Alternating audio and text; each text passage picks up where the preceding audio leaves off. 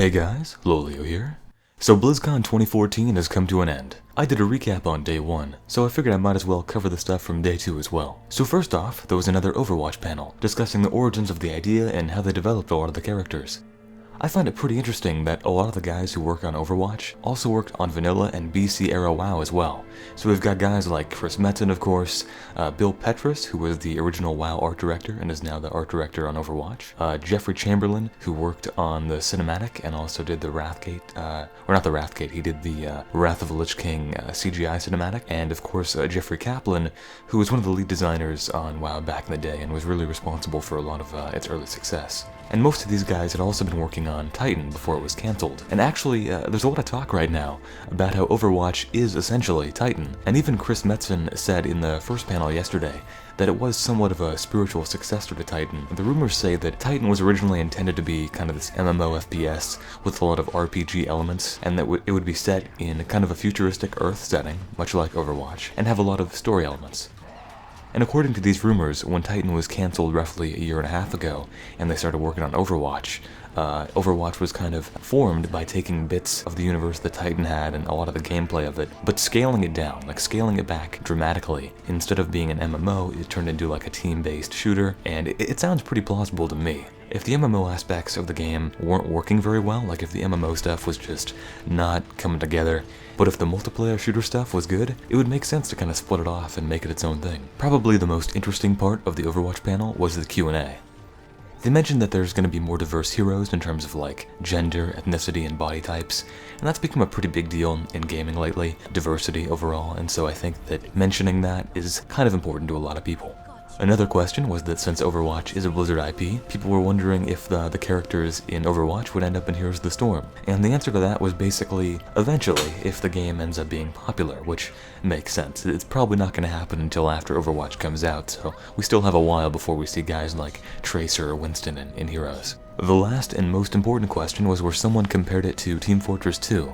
Pretty much everyone who's played TF2 immediately saw the resemblance, including myself. Like, when I first saw Overwatch, I was like, this looks a lot like Team Fortress. And in a lot of ways it is pretty similar, from the art style to the genre, but Jeffrey Kaplan actually took the comparison as a compliment. He said that it was one of the best compliments he could receive because he really likes TF2, and he's like, the guys at Valve are really smart designers. But he said that while they are similar on a superficial level, there are important distinctions to make between Overwatch and TF2. Overwatch has a much more varied selection of roles and classes, right? TF2 has, 9 classes. Overwatch already has essentially 12 with the 12 different heroes, and they want to add tons more. But it has less customization for each character. Like in TF2 you can kind of switch weapons and stuff. In Overwatch you can't do that. Like, you have your base abilities, you have your weapons, that's who you're going to play during that life. And the gameplay of Overwatch is very focused on hero abilities and mobility rather than the gunplay and twitch mechanics and twitch reactions. So I think if people play it for a while, we'll really start to notice a big difference. We still don't know anything about a business model for Overwatch. People are wondering, is it going to be free to play, pay to play, how's it going to work? In terms of customization, they've mentioned wanting to do skins and hats, but they said they have no concrete plans or anything to announce at the moment. My guess is that Overwatch will be free to play, with customization options for real money, much like TF2 or League of Legends, will have skins and hats and various other customization options.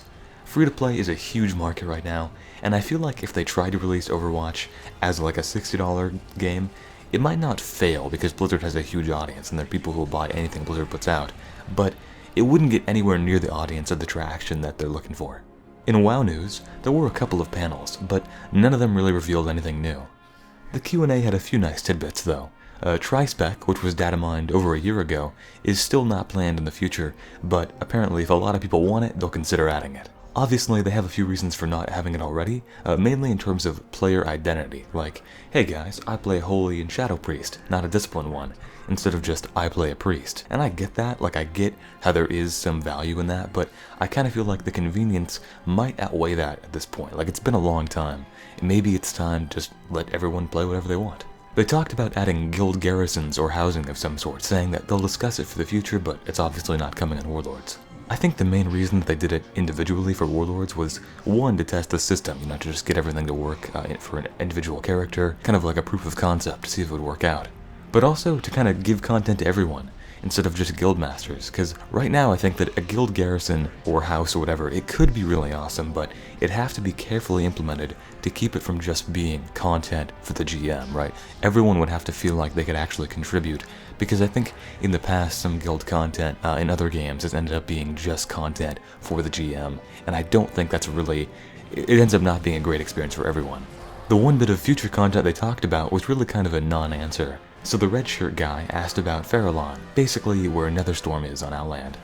And Tom Chilton said that Farallon is still up in the air, not sure if we'll end up seeing it in a Warlords content patch or not, but it is possible.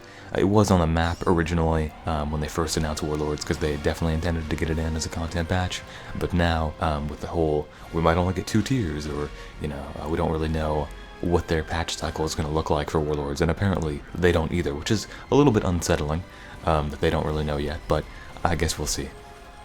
There was also a panel talking about the Warlords of Draenor CGI cinematic, as well as Lords of War. They said that they've created a new team in Blizzard focused on telling stories in the Blizzard universe with videos like those. Now, I think this is part of what Metzen was referring to when he mentioned that Overwatch's story will be primarily outside of the game, meaning that this team will probably create a bunch of like outside stuff for it, like videos for introducing characters, and for all of Blizzard's games. It's really interesting to see how much care and detail these guys put into these cinematics. I mean, Blizzard always has the best CGI in the industry, so I look forward to seeing more of them. In celebration of the 10th anniversary, they premiered a new documentary called World of Warcraft Looking for Group. And it was pretty great. It really helps you understand the absolute like magnitude and scope of WoW, and just, you know, who it impacts, and how big of a cultural phenomenon it was and still is. And it's a nice way to celebrate the 10th anniversary. I can't really do it justice by describing it, so I'll link it in the description, and you guys can go watch it for yourselves. Heroes of the Storm had a more in-depth panel today, talking about some of the stuff coming soon. They started off by showing Sylvanas, one of the most anticipated heroes. She's not coming immediately, but she's getting pretty close, and they have her kit nailed down. I thought it was interesting to note how they're actually differentiating her and other heroes from each other, like, even if they have, you know, similar or the same weaponry. Like Sylvanas, Tyrande, and Vala, they all use bows, but they fill the roles of a siege archer, a support, and an assassin respectively, so they're trying to make every character pretty unique. They also talked more about Thrall and Jaina. So Thrall is going to play like a combination of an enhancement and elemental shaman, which is way different from his original Resto kit, which they actually gave to Rhaegar later on. And I think that's a pretty good change, because when I think of Thrall, I think of the badass Warcraft 3 version, the guy who fought on the battlefield in the Doomhammer plate, you know, hitting people with the Doomhammer, not the green Jesus with the anal beads that we know from Cataclysm and Warlords and stuff like that, right? So I think of Thrall as this kind of badass character, and I really want to, you know, feel like that when I play Thrall, not kind of this more laid-back guy, which is still cool, you know, as a skin or something like that, because, you know, it's still kind of a cool look, I'll admit, with the robes and the chains he's got on, and he's got the purse.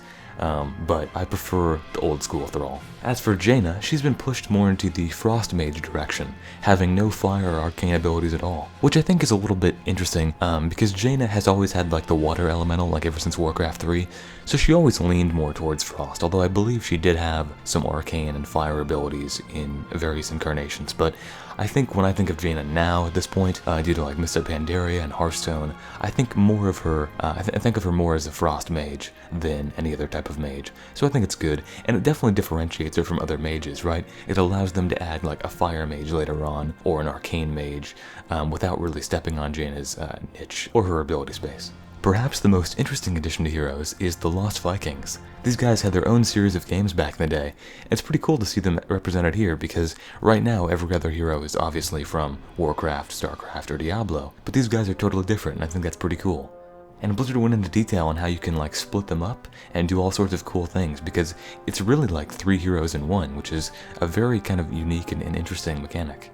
They also showed off a few new maps for heroes. One had a nice Egyptian theme, one was more of a dark spider-infested tomb, and the last was a Diablo-esque heaven versus hell map.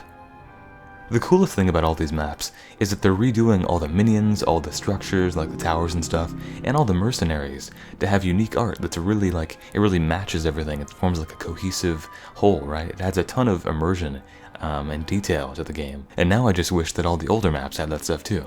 There were also some big esports championships at BlizzCon.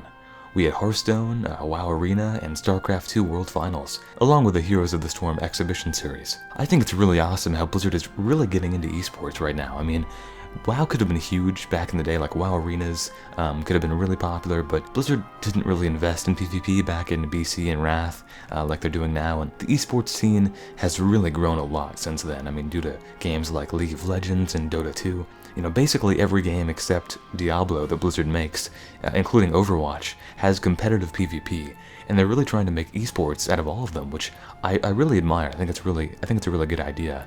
And watching the tournaments and seeing these guys compete is just really awesome. Anyway, that about wraps up the final day of BlizzCon 2014. I'll be doing some more in-depth discussion on the individual games and announcements pretty soon. So what do you guys think overall of BlizzCon and all the announcements? I loved watching everything, and I'm absolutely super hyped for Overwatch. I think that was definitely the thing that stole the show.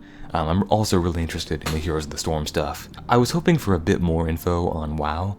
I know Warlords is coming out really soon, so I can't really be disappointed, but if they had announced like a WoW expansion this BlizzCon, it would have been by far the best one, and I already think it was the best one, but it would have sealed the deal, right? Because WoW is still like Blizzard's flagship product at this point, even though others are, you know, Hearthstone is huge, and Diablo is big, and, you know, people are super excited for Heroes and Overwatch, but I feel like not having much WoW stuff this time around was a little bit of a disappointment, but of course, Warlords is coming very soon, and we're all super excited for that, so I can't really be disappointed. I'm really hoping I'll be able to go to BlizzCon in person next year and get to see and experience everything, like, you know, how they had the WoW movie stuff this year that we couldn't actually see unless we were there. I feel like the experience of going to BlizzCon, it must be absolutely amazing. Anyway, that's all from me for now. If you enjoyed the video or found it informative, please leave a like, subscribe for more, and thanks for watching.